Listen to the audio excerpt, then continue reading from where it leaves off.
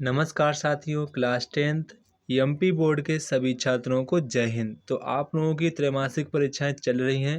23 सितंबर 2024 को आप लोगों का गणित का पेपर है, इसलिए हम आप लोगों के लिए आज गणित के लिए मोस्ट इम्पॉर्टेंट क्वेश्चन पेपर लाए हैं।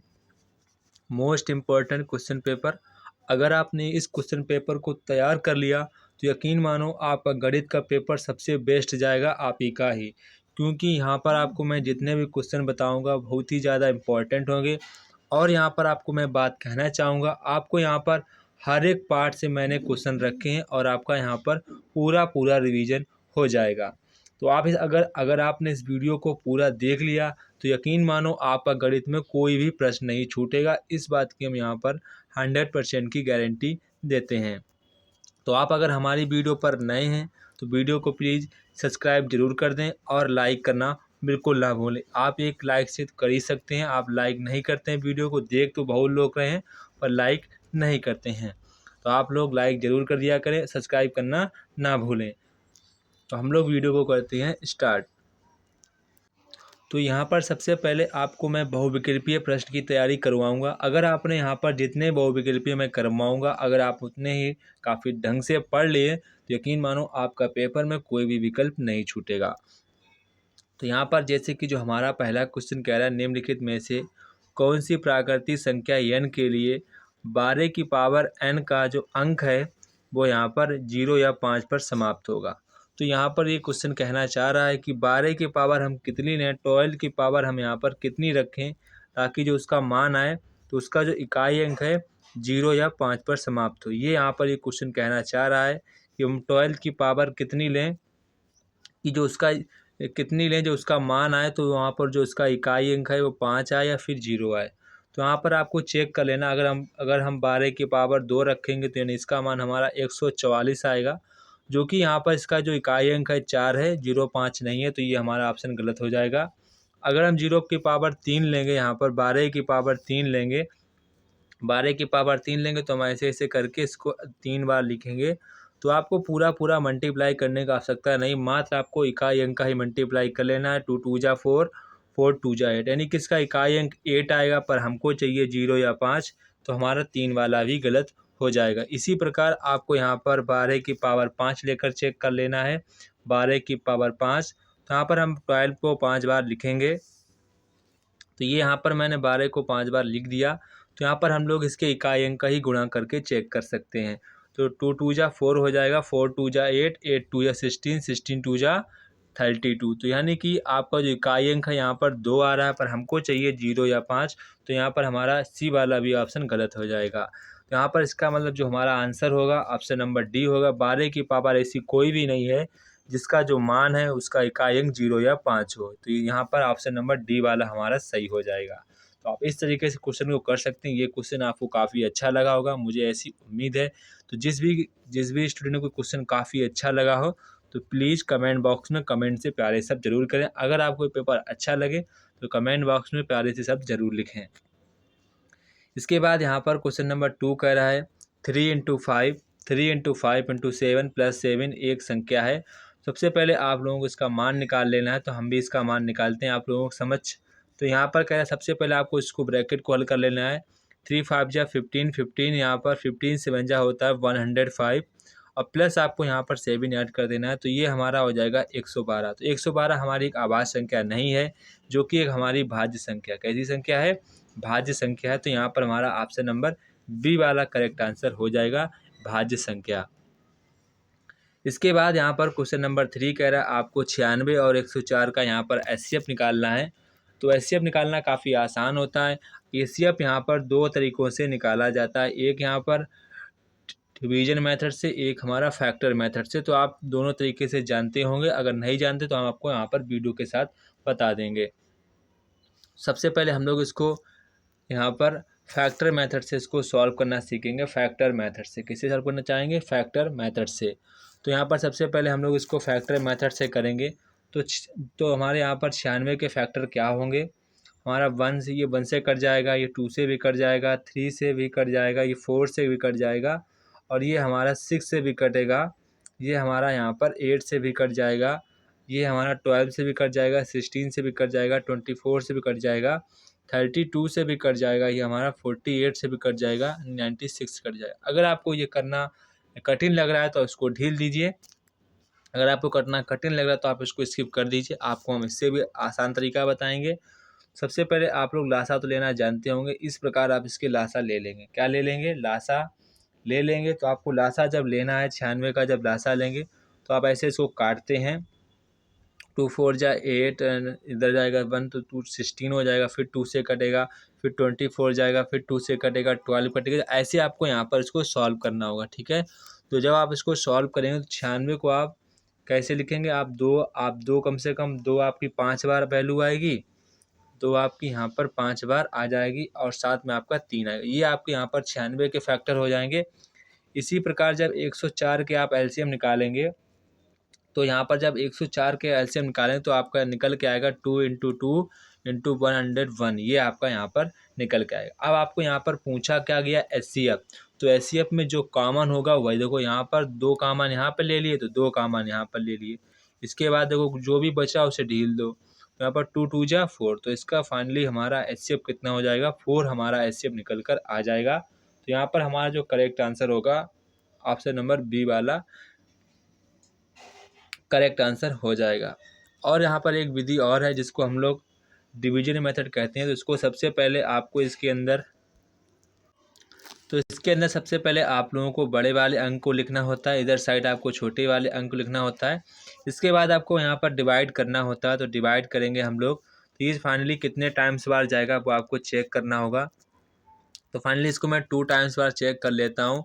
तो 2 6 जा 12 हो जाएगा, यहाँ पर 1 जाएगा, 2 8 90 192 आएगा। इससे थोड़ा और ये ज़्यादा जाएगा मुझे पता है। तो यहाँ पर 96 3 जा देख लेते हैं, 3 6 जा 18, यहाँ पर 1 आएगा, 3 से यहाँ पर 27 28, थोड़ा ये और ज़्यादा जाएगा, यानी कि लगभग ये 4 टाइम्स जाएगा। कितने टाइम्स जाएगा? लगभग ये 4 टाइम्स जाएगा। तो मैं इसको 4 टाइम्स करके देखता हूँ। 6 4 6 जा 24, यहाँ पर 2 आएगा। इसके बाद 4 9 जा 36 और यहाँ पर और 2 38। तो लगभग यहाँ पर इतनी 4 टाइम्स ये पूरा जाएगा। तो यहाँ पर आपको ऐसे डिवीजन मेथड का साइन लगाना है। इसके बाद आपको यहाँ पर 4 टाइम्स यहाँ पर चेक कर लेना है। तो ये 4 टाइम्स जाएगा, तो 4 टाइम्स जाएगा तो ये कितना जाएगा हमारा? ये हमारा हो जाएगा 384 हो जाएगा। इसके बाद आपको माइनस करना है, तो 0 इधर आएगा, इधर यहाँ पर हमारा 2 आ जाएगा, ठीक है। इधर से कैरी लेंगे 2। इसके बाद फिर से आपको यहाँ पर इस लगाना है साइन। इसके बाद जो संख्या यहाँ पर लिखी थी वो आपको यहाँ पर लिख देनी है। अब ये कितनी बार जाएगा? तो 20 पंचे 100 होता तो ज़्यादा हो जाएगा। 20 चक्कू यहाँ पर 80 होता तो यहाँ पर 4 बार कर दीजिए। इसका 80 लिख दीजिए, यहाँ से आप इसको माइनस कर दीजिए। तो फाइनली आपका यहाँ पर 16 बचेगा। कितना बचेगा? 16। तो यहाँ तक लिख लीजिए। फिर आपको यहाँ पर इसके यहाँ पर बता दे रहे हैं, यहाँ पर जब 16 बचेगा फिर आपको यहाँ पर जो आपने 20 लिखा था वो आपको 20 यहाँ पर लिख देना है। ये फाइनली हमारा 16 बन जाए, 16 जाएगा यानी 1 टाइम जाएगा। तो यहाँ पर हमारा 4 बचेगा। कितना बचेगा? 4। फिर आपको यहाँ पर जो आपने लिखा था वो आपको यहाँ पर लिख देना है। ये फाइनली हमारा 4 बन जा 4 4 जा 16, यानी कि 4 टाइम्स पूरा कट जाएगा। जो कि हमारा पूरा कट जाएगा, जहाँ जिस जगह पर पूरा कट जाएगा वही नंबर हमारा यहाँ पर उसका एचसीएफ होता है। तो इसको हम लोग डिवीजन मेथड के नाम से जानते हैं। जहाँ पर देखो 4 से था वो पूरा कट गया था 4 टाइम्स। तो यहाँ पर फाइनली हमारा जो एचसीएफ हो जाएगा वो 4 हो जाएगा। इसी प्रकार आप डिवीजन मेथड कर सकते हैं। इसके बाद यहाँ पर क्वेश्चन नंबर 4 आता है। तो क्वेश्चन नंबर 4 यहाँ पर कह रहा है एचसीएफ होगा। तो फाइनली आप इसको डिवीजन मेथड से कर सकते हैं। तो यहाँ पर 12 लिखेंगे, यहाँ पर 15 लिखेंगे, तो ये 1 टाइम्स जाएगा। सबसे पहले 1 टाइम्स, यहाँ पर आपका 3 बचेगा। उसके बाद आपको जो संख्या यहाँ पर लिखी है वो आपको यहाँ पर फिर से लिख देनी है। अभी हमारा पूरा 4 टाइम्स जाएगा। तो ये यहाँ पर हमारा पूरा कट गया कि जिस भी संख्या ने पूरा काटा है वही हमारा एचसीएफ हो जाता है। तो यहाँ पर हमारा एचसीएफ हो जाएगा, यहाँ पर 3 हमारा एचसीएफ हो जाएगा। इसके बाद यहाँ पर क्वेश्चन नंबर 5 कह रहा है। क्वेश्चन नंबर 5 कह रहा है दो संख्याओं का यहाँ पर आपको मल्टीप्लिकेशन दिया गया, उसका आपको एलसीएम भी दिया गया है, साथ में आपको उसका यहाँ पर एचसीएफ निकालना है। तो इसके लिए एक हमारा फार्मूला होता है। यहाँ पर फार्मूला होता है एलसीएम गुणे एस सी एफ बराबर first number multiply second number. तो यहाँ पर आपको ये चीज़ दी गई है, फर्स्ट नंबर यानी कि फर्स्ट नंबर और सेकेंड नंबर का आपको यहाँ पर मल्टीप्लिकेशन दिया गया है, 32 आप लोगों को दिया गया है। इसके बाद आप लोगों को एचसीएफ भी यहाँ पर 8 दिया गया है, एलसीएम आपसे पूछा गया है। अब आपको यहाँ पर ये मल्टीप्लाई में तो कहाँ पे जाएगी, तो ये हमारी फाइनली यहाँ पर डिवाइड में चली जाएगी। आपको डिवाइड कर दें तो आपका एलसीएम यहाँ पर 4 आ जाएगा। कितना आ जाएगा आपका एलसीएम? 4 एलसीएम आपका आ जाएगा। तो यहाँ पर आपका करेक्ट आंसर हो जाएगा, ऑप्शन नंबर ए वाला आपका करेक्ट आंसर हो जाएगा। इसके बाद क्वेश्चन नंबर 6 यहाँ पर है। तो क्वेश्चन नंबर 6 यहाँ पर कह रहा है 4 और 7 का आपको यहाँ पर एचसीएफ बताना है। तो इसको आप लॉन्ग डिवीजन मेथड से करिए, वो काफ़ी आसान रहता है और काफ़ी जल्दी भी हो जाता है। तो इसको भी हम लोग लॉन्ग डिवीजन मेथड से करते हैं, तो ये हमारा 1 टाइम्स जाएगा। इसके बाद आपको यहाँ पर माइनस करना, तो 3 बचेगा। इसके बाद फाइनली आपको ये वाली संख्या फिर से लिख देनी है। तो ये हमारा यहाँ पर 1 टाइम्स जाएगा, फिर यहाँ पर नीचे 1 बचेगा, तो 1 लिख लीजिएगा। ठीक है, इसके बाद आपको यहाँ पर ये वाली संख्या यहाँ पर अंदर लिख देनी है। ये हमारा पूरा 3 बार चला जाएगा। तो यहाँ पर फाइनली हमारा जो बचेगा वो हमारा पूरा कट जाएगा। जिस संख्या ने पूरा काटा है वही हमारा एचसीएफ हो जाएगा। तो यहाँ पर हमारा एचसीएफ 1 हो जाएगा। इसके बाद यहाँ पर आप लोगों को एलसीएम निकालना है। क्या निकालना है? एलसीएम। सबसे पहले आपको एलसीएम निकालना है। तो एलसीएम आप जैसे निकालते हैं, जैसे 12 का ऐसे आप लोग निकालते होंगे, 2 से करते होंगे, फिर 6 बार जाता होगा, फिर 2 से करते हैं 3 टाइम्स, फिर 3 टाइम्स, ऐसे आप निकालते हैं, तो ऐसे निकालिएगा। इसके बाद 15 का हम लोग यहाँ पर चेक कर लेते हैं। ये 3 से जाएगा। इसके बाद ये 5 से पूरा कट जाएगा। इसके बाद 21 का चेक कर लेते हैं। सबसे पहले ये 3 बार जाएगा, तो 7 बचेगा यहाँ पर। फिर ये 7 बार जाएगा, तो ये पूरा कट जाएगा। पहले आपको ये निकाल लेने हैं, पहले आपको ये चीज़ें आपको यहाँ पर निकाल लेनी है। ठीक है, अब आपको करना क्या है? अब आपको यहाँ पर 12 लिखना है। जो आपने यहाँ पर मल्टीप्लिकेशन किए थे, जैसे कि आपने यहाँ पर जैसे किया था 2 3 6, यहाँ पर ये आपका यहाँ पर मल्टीप्लिकेशन हो जाएगा। ठीक है, आपने ये निकाले थे तो अब वहाँ पर मैंने वो लिख दिए। इसके बाद आपका यहाँ पर 21 है और 15 है। ठीक है, तो यहाँ पर 21 का आपने 3 गुणे 7 किया था और यहाँ पर 15 का आपने 3 गुणे 15 किया था। तो यहाँ पर आपको करना क्या है? सबसे छोटा टाइम्स आपको लिखना है, जो सबसे छोटी बार। जब आपको करना क्या है, देखो यहाँ पर 2 बार लिखा है, तो यहाँ पर आपको 2 बार लिख लेना है। ठीक है, नीचे आप लिखेंगे एलसीएम। क्या लिखेंगे? एलसीएम। सबसे अधिक 2 बार कहाँ पर है? यहाँ पर है। ठीक है, तो यहाँ पर 2 बार लिख देंगे। इसके बाद 3 सबसे अधिक कहाँ पर? 3 तो हर जगह वही है, 3 लिख देंगे। इसके बाद यहाँ 5 है, यहाँ पर 7 है, तो यहाँ पर 5 लिख देंगे, यहाँ पर 7 लेंगे। इसके बाद इसको आप फाइनली मल्टीप्लाई कर लेंगे। तो आपका यहाँ पर जब फाइनली इसको मल्टीप्लाई करेंगे, तो यहाँ पर आपका जो एलसीएम है, जब आप इसको मल्टीप्लाई करेंगे, तो आपका जब 2 2 जा 4, 4 3 जा 12 और 12 5 जा 60 और 67 जा होता है हमारा 420। कितना होता है? 420। तो यहाँ पर जो हमारा एलसीएम हो जाएगा वो हमारा 420 हो जाएगा। इसके बाद यहाँ पर फिर से आपसे एलसीएम पूछा गया है, आपसे फिर से यहाँ पर एलसीएम पूछा गया है। तो आप यहाँ पर ऐसे भी एलसीएम निकाल सकते हैं, दोनों संख्या एक साथ लिख लीजिए। आप ऐसे भी एलसीएम निकाल सकते हैं, ऐसे भी आप यहाँ पर एलसीएम निकाल सकते हैं। सबसे पहले ये 2 टाइम्स कटेगा, ये तो कटेगा, तो इसको ऐसे लिख दीजिए। इसके बाद ये 10 से जाएगा, फिर से ये 2 से जाएगा, तो फिर से आपको यहाँ पर लिखना। अब ये 3 से जाएगा, तो यहाँ पर आपको 5 बार ऐसे करना, फिर ये 5 बार जाएगा। तो आप ऐसे भी यहाँ पर इसको एलसीएम निकाल सकते हैं। ठीक है, अगर आप सेपरेट तरीके से नहीं निकाल पा रहे हैं तो आप ऐसे भी निकाल लीजिए। जो भी संख्याएँ दी गई हों उनको ऐसे कॉमा करके, अदर कोई संख्या होती तो उसको यहाँ पर कॉमा करके लिख लेते। इसके बाद आपको ऐसे एलसीएम निकाल लेना है। अब आपको इसका मल्टीप्लाई करना है। 2 2 जा 4, 4 3 जा 12, 12 5 जा 60। कितना होता है? 60। तो यहाँ पर जो हमारा इसका एलसीएम निकल के आएगा वो हमारा 60 निकल कर आएगा। कितना निकल के आएगा? 16 हमारा इसका 60 हमारा इसका एलसीएम निकल के आएगा 60। ठीक है, 60। इसके बाद नेक्स्ट क्वेश्चन यहाँ पर है, आपसे एचसीएफ पूछा गया है। एचसीएफ आपसे यहाँ पर एचसीएफ पूछा गया है। सबसे पहले आपको 2 संख्याएँ लेनी, फिर आपको लास्ट संख्या लेनी। सबसे पहले हम लोग 2 संख्याएँ लेंगे जो सबसे छोटी होंगी। तो यहाँ पर 23 और 17 संख्याएँ छोटी हैं, तो आप इधर साइड लिख लीजिए 17, इधर साइड लिख लीजिए 23। वैसे आप कोई भी संख्या ले सकते हैं, इसमें कोई बाउंडेशन नहीं है, पर मैं आपको यहाँ पर बताना चाहूँगा ऐसा आप अगर करते हैं तो आपको काफ़ी आराम रहेगी। तो ये यहाँ पर 1 टाइम्स कटेगा पूरा पूरा, तो आपका यहाँ पर जो बचेगा, यहाँ पर आपको इधर इधर से कैरी लेंगे तो यहाँ पर आपका 6 बच जाएगा। कितना बच जाएगा? 6। इसके बाद 17 यहाँ पर, तो ये हमारा कितनी टाइम्स जाएगा? 3 6 जा 8 ज़्यादा हो जाएगा, तो यहाँ पर ये 2 टाइम्स बार ही जाएगा। ठीक, कितने बार जाएगा? 2 टाइम्स बार। तो यहाँ पर फाइनली हमारा 5 बचेगा। इसके बाद 6 यहाँ पर बचेगा, 6 यहाँ पर ये फिर से 1 टाइम्स जाएगा, तो नीचे यहाँ पर 5, नीचे हमारा 1 बचेगा। क्या बचेगा? 1। अब जो नीचे 1 बचा है, अब आपके पास जो संख्या बची थी, जो आपके पास 5 बचा था यहाँ पर, अभी 5 यहाँ पर आपको लिख देना है। तो ये पूरा पूरा यहाँ पर 5 से कट गया। ठीक है, अब यानी कि आपका जो एचसीएफ है वो 1 आ गया, पर अभी एक संख्या मेरी बाकी है, उस पर हमें भी चेक करना है। क्या उसे पूरा पूरा कट जाता है? चेक करना है। ठीक है, आपका जो 1 आया था, तो आप 28 जो आपकी संख्या बची थी उसको आपको यहाँ पर चेक कर लेना है। तो ये हमारी पूरी पूरी 28 बार चली जाएगी, तो यानी कि हमारा ये 1 जो नंबर है उसने पूरा पूरा इसको काट दिया, तो इसी कारण यहाँ पर जो हमारा एचसीएफ होगा वो हमारा 1 ही होगा। ठीक है, इसके बाद नेक्स्ट क्वेश्चन यहाँ पर क्वेश्चन नंबर 12। तो क्वेश्चन नंबर 12 यहाँ पर कह रहा है कि आपको 11 और 13 का एचसीएफ निकालना है। तो 11 13 का एचसीएफ निकालने की आवश्यकता ही नहीं, आप सभी बता सकते हैं।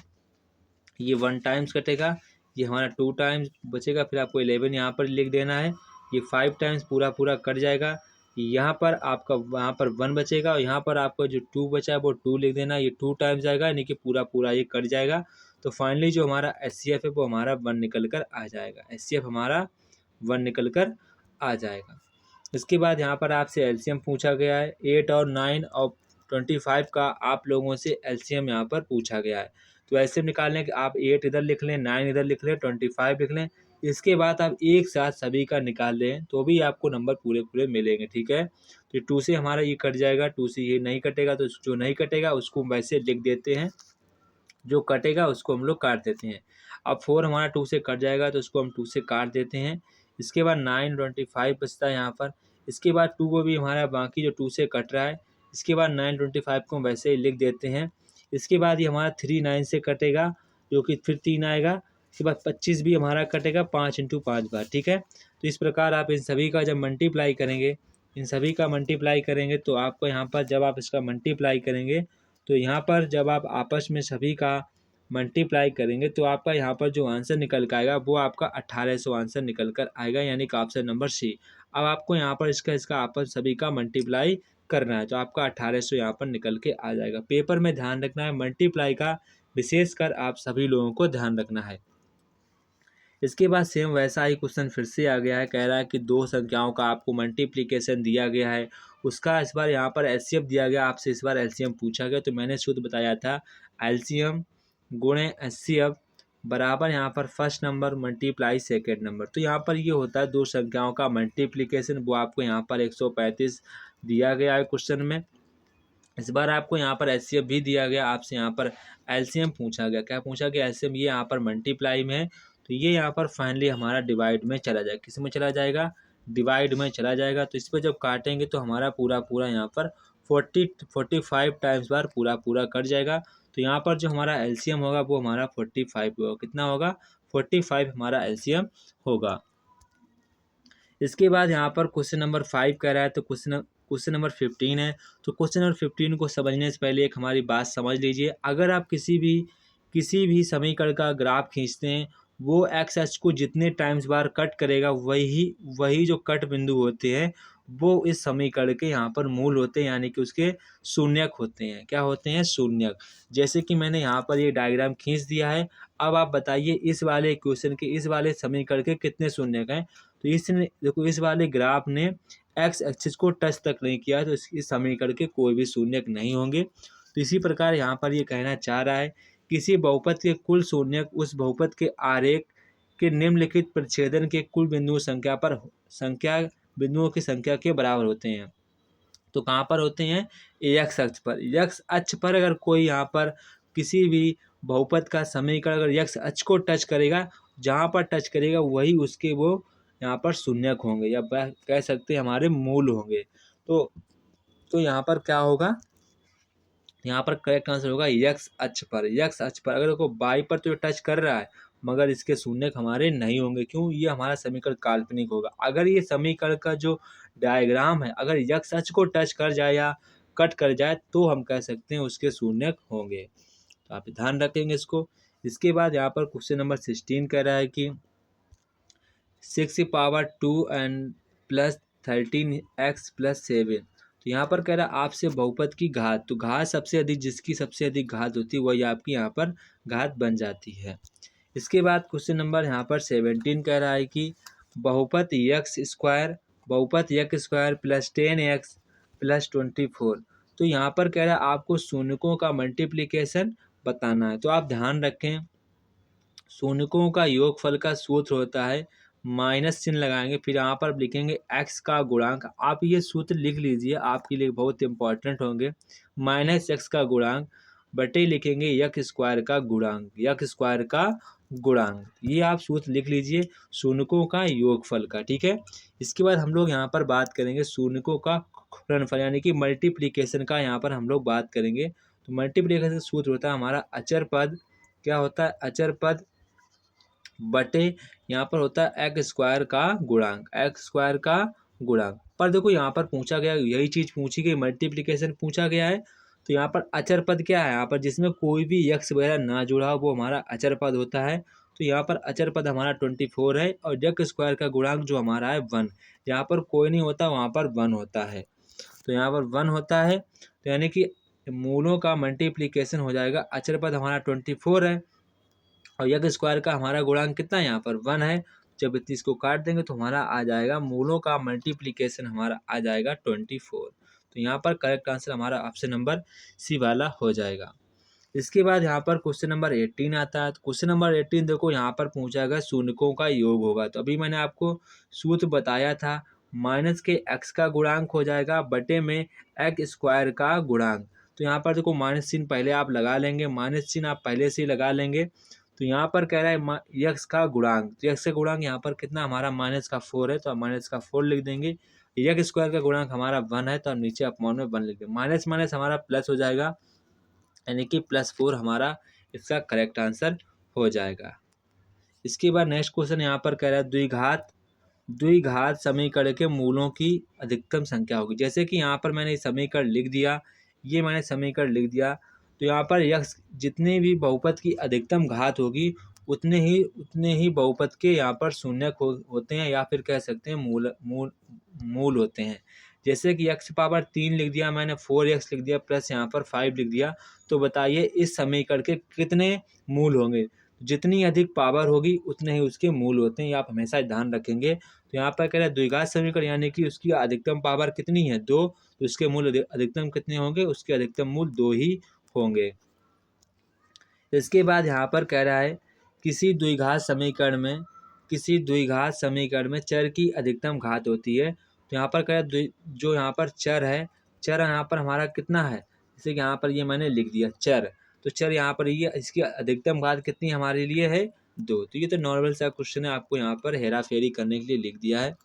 इसके बाद यहाँ पर क्वेश्चन कह रहा है कि निम्न आपको रिक्त स्थानों की पूर्ति करनी है। तो यहाँ पर आपसे कह रहा है कि आपको यहाँ पर इसका एचसीएफ बताना है। तो आप सभी लोग अपनी बुक कॉपी निकाल लीजिए और पेन निकाल लीजिए, अभी इसको सॉल्व करने में लग जाइए। हमने आपको तरीका बता दिया कैसे कैसे आपको निकालना है, हम आपको फाइनली इसके आंसर बताते जाएंगे, आप यहाँ पर करते जाएंगे, ठीक है। तो यहाँ पर आपसे कह रहा है कि 8 और 9 और 25 का आपको यहाँ पर एचसीएफ निकालना है। तो आप सबसे पहले फाइनली एक बार और करके बता दे रहे, आपको 8 लिखना है, फिर आपको 9, ये 1 टाइम्स पूरा कट जाएगा, यहाँ पर आपका 1 बचेगा। फिर यहाँ पर आप 8 लिखेंगे, यही वाली संख्या, ये आपकी पूरी 8 टाइम्स कट जाएगी, ठीक है। तो यहाँ पर आपका 0 आ जाएगा। अब जो संख्या हमारा एचसीएफ कितना हो गया, 1। अब 1 क्या इस संख्या को पूरा डिवाइड करेगा, अगर कर देता है तो हमारा ये एचसीएफ हो जाएगा, अगर नहीं करेगा तो हमारा जो एचसीएफ आप इसकी क्रिया को आगे उसी प्रकार बढ़ाएंगे। तो यहाँ पर ये हमारा 25 पूरी बार कट जाएगा, तो यानी कि फाइनली हमारा जो एचसीएफ है वो 1 ही होगा। आप कभी ये मत सोचना कि यहाँ तक हो गया तो वहाँ तक 100% जाएगा, ऐसा नहीं है। अगर नहीं कटा तो सेम इसी प्रकार प्रक्रिया को आगे बढ़ाएंगे, जो नंबर पूरा काट दे वही आपका एचसीएफ होगा। तो यहाँ पर 1 ने पूरा काटा था, तो यहाँ पर एचसीएफ हमारा 1 ही हो जाएगा। इसके बाद यहाँ पर कह रहा है 135 अंडर 225 का यहाँ पर आपको एचसीएफ बताना है। तो यहाँ पर जो हमारा इसका एचसीएफ होगा वो यहाँ पर यहाँ पर आपको HCF निकालना है 135 का और यहाँ पर आपको 225 का।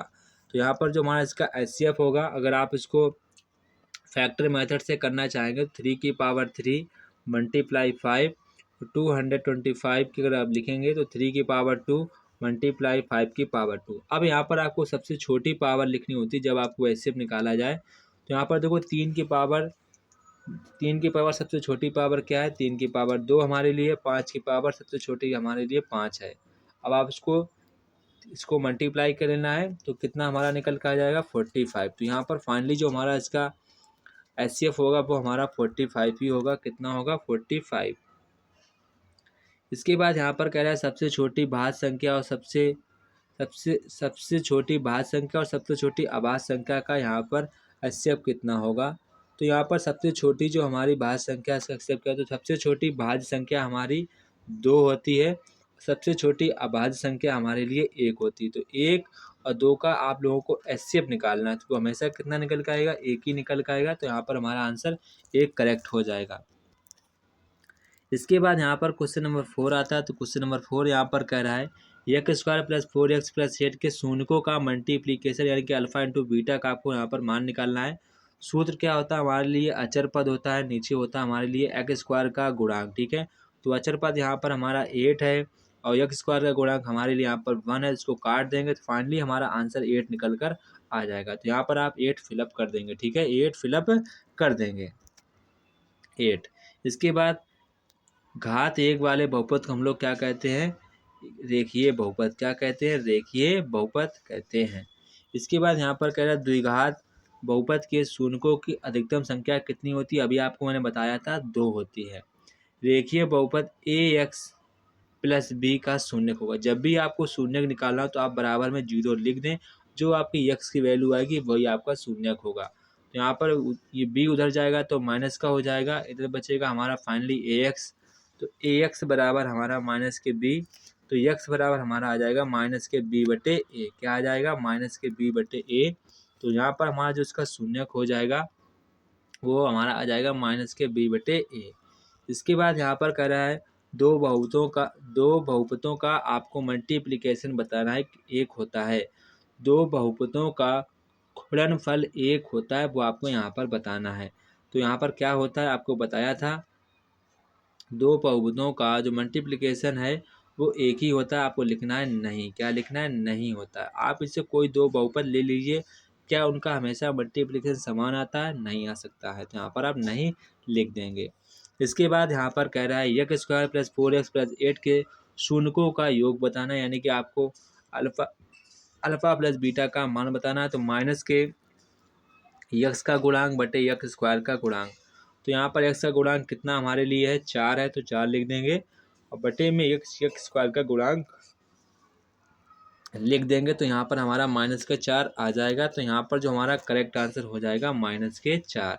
ठीक है, इसके बाद यहाँ पर कह रहा है समीकरण आपको दिया गया है 2x + 3y = 5। तो यहाँ पर आपको x की वैल्यू रख देनी है 1, तो आ जाएगा 2 आ जाएगा प्लस 3y आ जाएगा बराबर 5। यहाँ से आप y की वैल्यू निकाल लेंगे। जब ये 2 उधर जाएगा तो माइनस का हो जाएगा, -2 हो जाएंगे। 3y = 3 बचेगा, तो 3y = 3 बचेगा, तो y की वैल्यू हमारी फाइनली 1 निकल कर आ जाएगी। 3 से 3 ये कट जाएगा, तो y की वैल्यू हमारी जो है वो 1 निकल कर आ जाएगी, 1।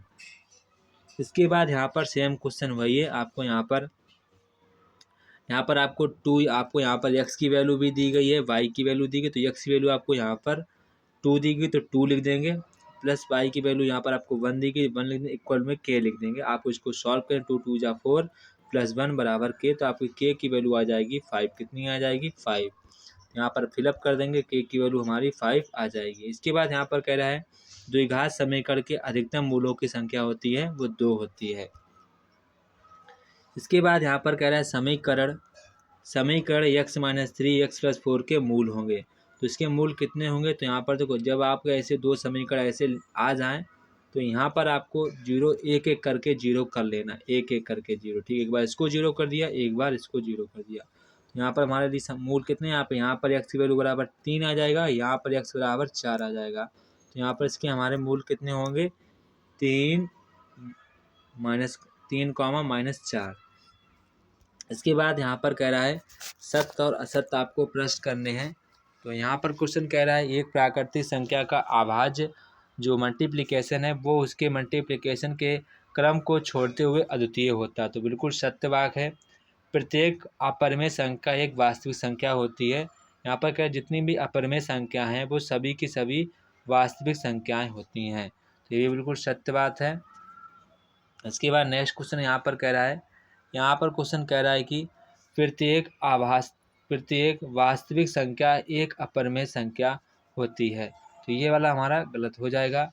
इसके बाद यहाँ पर क्वेश्चन नंबर 4 आता है। तो क्वेश्चन नंबर 4 कह रहा है कि 15 और 21 का एलसीएम 105 होता है। तो आपको 15 और 21 का एलसीएम चेक करना है। अगर 105 आता है तो बिल्कुल सही होगा। आपको इसका आंसर मुझे कमेंट बॉक्स में कमेंट करके बताना है। इसके बाद नेक्स्ट क्वेश्चन यहाँ पर कह रहा है दो संख्याओं का मल्टीप्लिकेशन है उनके एचसीएफ और एलसीएम के मल्टीप्लिकेशन के बराबर होता है। तो बिल्कुल ये सही बात है। शून्य बहुपद की घात शून्य होती है, बिल्कुल सही है। शून्य बहुपद की घात अपरिभाषित होती है, गलत है। इसके बाद यहाँ पर कह रहा है कि n घात वाले बहुपद के अधिकतम n शून्य को होते, बिल्कुल सही बात। अगर x की पावर 2 लिखी है, कुछ भी लिखा हो, अधिकतम पावर 2 लिखी मतलब इसके शून्यक 2 होंगे। अगर x की पावर 3 लिखी तो इसके शून्यक 3 होंगे। अगर x की पावर 4 लिखी तो इसके शून्यक 4 होंगे। जितनी पावर होगी उसके उतने ही शून्यक होंगे। तो बिल्कुल सत्य बात है। द्विघात बहुपद के अधिक से अधिक 2 शून्यक हो सकते हैं, बिल्कुल सही बात है। त्रिघात बहुपद की जो घात होती है वो 2 होती है, कितनी होती है? 3 होती है। यहाँ पर ये गलत हो जाएगा। दो चरों में एक रैखिक समीकरण के अनेक हल होते हैं। तो दो चरों में एक रैखिक समीकरण के अनेक हल होते हैं, बिल्कुल सही बात है। रैखिक समीकरण का प्रत्येक हल उसको निरूपित करने वाली रेखा पर एक बिंदु होता है। तो यहाँ पर रैखिक समीकरण पूछ रहा है तो हल करने वाली जो रेखा आएगी वो एक बिंदु होगा, बिल्कुल सही बात है। यहाँ पर इसके कहने का मतलब है जैसे कि हमारा एक रैखिक समीकरण, ये हमारा एक रैखिक समीकरण है। तो आप इसको जब ड्रा करेंगे तो आपकी सीधी लाइन जाएगी। एक्स अक्ष को जहाँ पर काटा तो वो एक ही बिंदु आया है। तो यहाँ पर क्या कह रहे हैं? एक बिंदु होता है। तो इसीलिए यहाँ पर ये सही हो जाएगा। तो ऑप्शन नंबर जो 12 वाला सही हो जाएगा। इसके बाद यहाँ पर 13 आता है।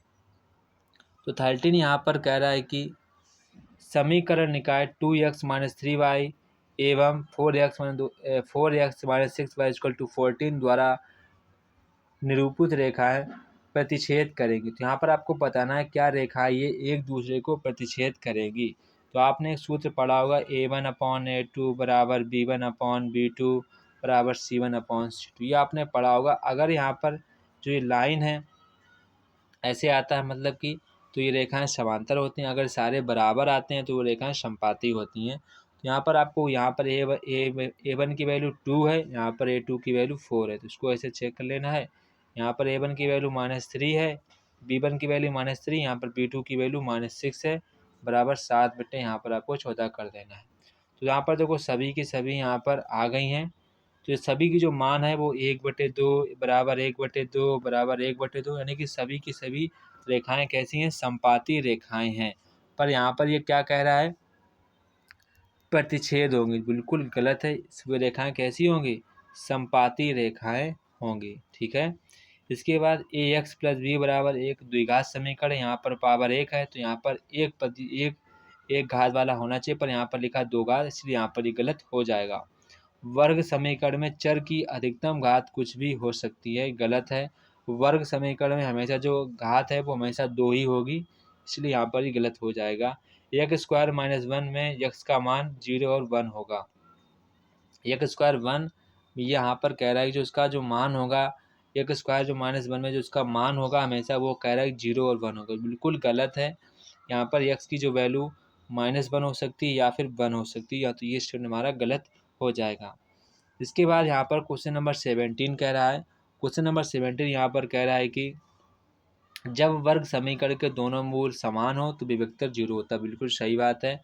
वर्ग समीकरण यहाँ पर आपको दिया कि मूलों का योगफल 2, तो आपको चेक कर लेना मूलों का योगफल, आपको यहाँ पर चेक कर लेना है। तो यहाँ पर -4 x² का गुणक 2 कटेंगे तो यहाँ पर आपका -2 आना चाहिए, पर यहाँ पर कह रहे प्लस के 2, जो कि हमारा गलत स्टेटमेंट है। इसके बाद यहाँ पर कह रहा वर्ग समीकरण ax² + bx + c बराबर 0 सूत्र विधि गणितज्ञ पाइथागोरस द्वारा की गई थी। तो बिल्कुल ये यहाँ पर पाइथागोरस ने ही नहीं दी थी, पाइथागोरस ने नहीं दिया था। ठीक है, पाइथागोरस ने ये नहीं दिया था। इसके बाद नेक्स्ट यहाँ पर क्वेश्चन कह रहा है कि जो ये समीकरण है ये पाइथागोरस ने नहीं दिया था।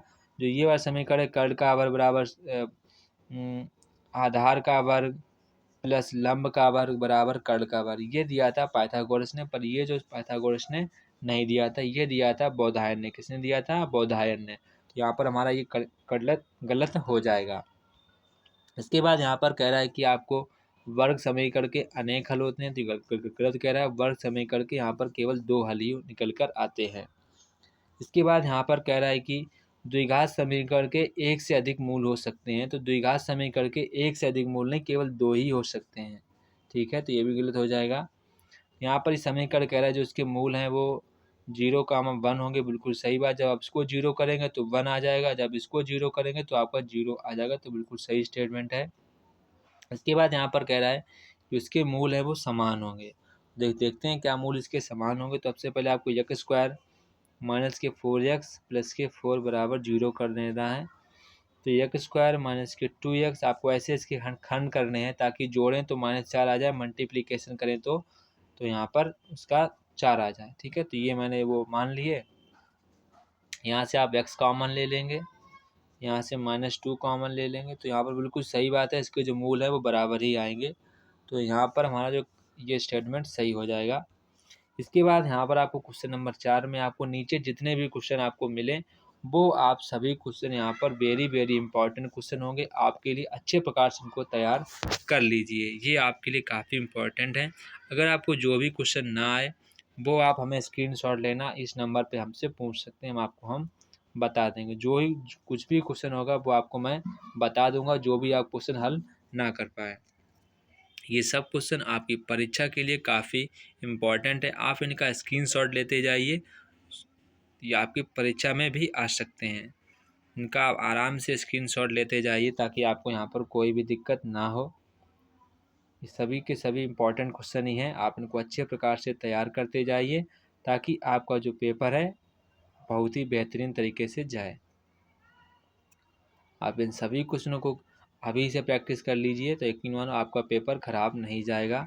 100% की बात है, आपका जो पेपर है पूरा सही ही जाएगा।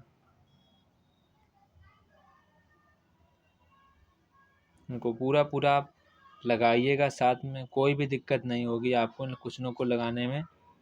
आप इन सभी क्वेश्चनों का स्क्रीनशॉट ले लीजिए। जो यहाँ पर लास्ट के क्वेश्चन है इन पर आप ज़्यादा फोकस करना, ये आपके लिए वेरी इंपॉर्टेंट क्वेश्चन है। आप इन सभी क्वेश्चनों को लगाइए, जो क्वेश्चन ना लगे वो आप हमसे इस नंबर पर पूछ सकते हैं, हम आपको बता देंगे कि आपको कैसे लगाने हैं। ठीक है साथियों, तो जय हिंद साथियों। अगर वीडियो अच्छी लगी हो तो वीडियो को लाइक सब्सक्राइब शेयर करना जरूर करें। जय हिंद साथियों, फिर मिलते हैं अपने नेक्स्ट वीडियो में।